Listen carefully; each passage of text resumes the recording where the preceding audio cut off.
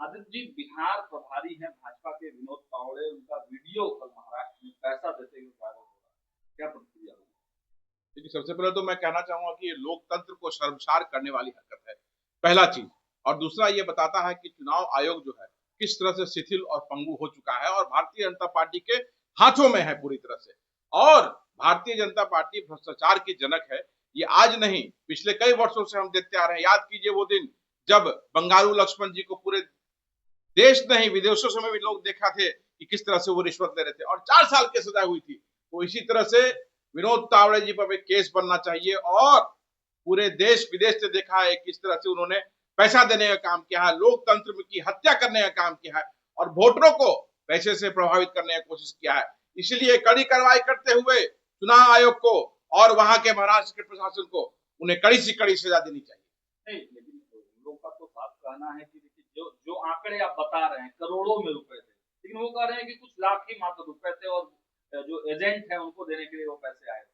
देखिए, भ्रष्टाचार जो है वो भ्रष्टाचार होता है, उसमें नंबर्स पे नहीं जाना चाहिए। वो करोड़, 1 करोड़ था, 5 करोड़ था या पोलिंग 500 एजेंट करोड़ के था। लिए बता रहे हैं नहीं तो पोलिंग एजेंट को आप इस तरह से खुलेआम पैसे बांटेंगे क्या? भाजपा तो अपना बचाव करेगी ही। तो भाजपा का हर काम है ना ये कि जब क्राइम करो, भ्रष्टाचार करो और उसके बाद चितराई करो। तो भ्रष्टाचार भारतीय जनता पार्टी जैसा करती रही है पूरे देश में कि गलत कर करके और गलत को ढांकने के लिए जोर जोर से कहती है ताकि उनका गलती छुप जाए। लेकिन आज 2 राज्यों में चुनाव भी संपन्न, क्या आंकड़ा क्या लग रहा है आपको? क्योंकि उपचुनाव भी हुए हैं उत्तर प्रदेश में, कहें बिहार में भी उपचुनाव हुए हैं, तो आकलन आप लोग को क्या लग रहा है? लेकिन भारतीय जनता पार्टी जो अपना वादा दावा कर रही है, जो वो लोग कह रहे थे कटेंगे बटेंगे, इस तरह का नारा भी लाया गया, कई तरह की पोलराइजेशन की बात भी की गई, कई बड़े दिग्गज नेता भाजपा के लगे हुए थे। आकलन क्या है आप लोगों का? देखिए, ये तो मत का विभाजन ये लोग हमेशा प्रयास करते रहते हैं कि लोगों में डिफरेंशिएशन करके मत का विभाजन करें और अपना फायदा लें। आज जो ये नारा दे रहे हैं बटेंगे तो कटेंगे, ये ये देश के सौहार्द के लिए नहीं है। बटेंगे तो कटेंगे, बटेंगे तो कटेंगे, वो बांटने का काम कर रही है। और कांग्रेस पार्टी आज 1947 से देश आजाद होने के बाद आजादी में जो लड़ाई हमने लड़ी उसके बाद देश को जोड़ने का काम हमने किया है। और भारत क्यों जाना जाता है?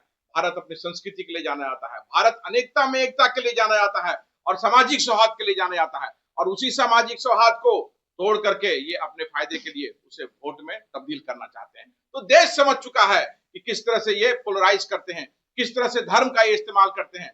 तो अब ये इनकी राजनीति जो है चलने वाली नहीं है। इसलिए आप देखेंगे कि जहां जहां भी उपचुनाव हुआ है और जो राज्यों में चुनाव हुए हैं, बहुमत से महागठबंधन और महाविकास अघाड़ी जो है वो जीत करके आएगी। अच्छा, पप्पू यादव भी लगातार देखा जा रहा है कि चुनाव प्रचार कर रहे हैं, जहाँ भी प्रेस कॉन्फ्रेंस जब करते हैं तो कांग्रेस का बैनर लगाकर वो प्रेस कॉन्फ्रेंस करते हैं, लेकिन दूसरी तरफ वो तेजस्वी यादव के बारे में भी अनर्गल बयान करते हैं। तो पप्पू यादव, पहले तो ये क्या क्लियर है कांग्रेस में है या नहीं, और क्या उनका ऑफिशियल बयान जो टू बी वेरी फ्रैंक, मैं अधिकृत नहीं हूं इस पर बयान देने के लिए, इससे मैं इस पर कुछ जवाब नहीं देना चाहूंगा। इसके लिए लोग हैं जो और जो जिम्मेवार लोग हैं उनसे आप पूछेंगे तो बेहतर होगा।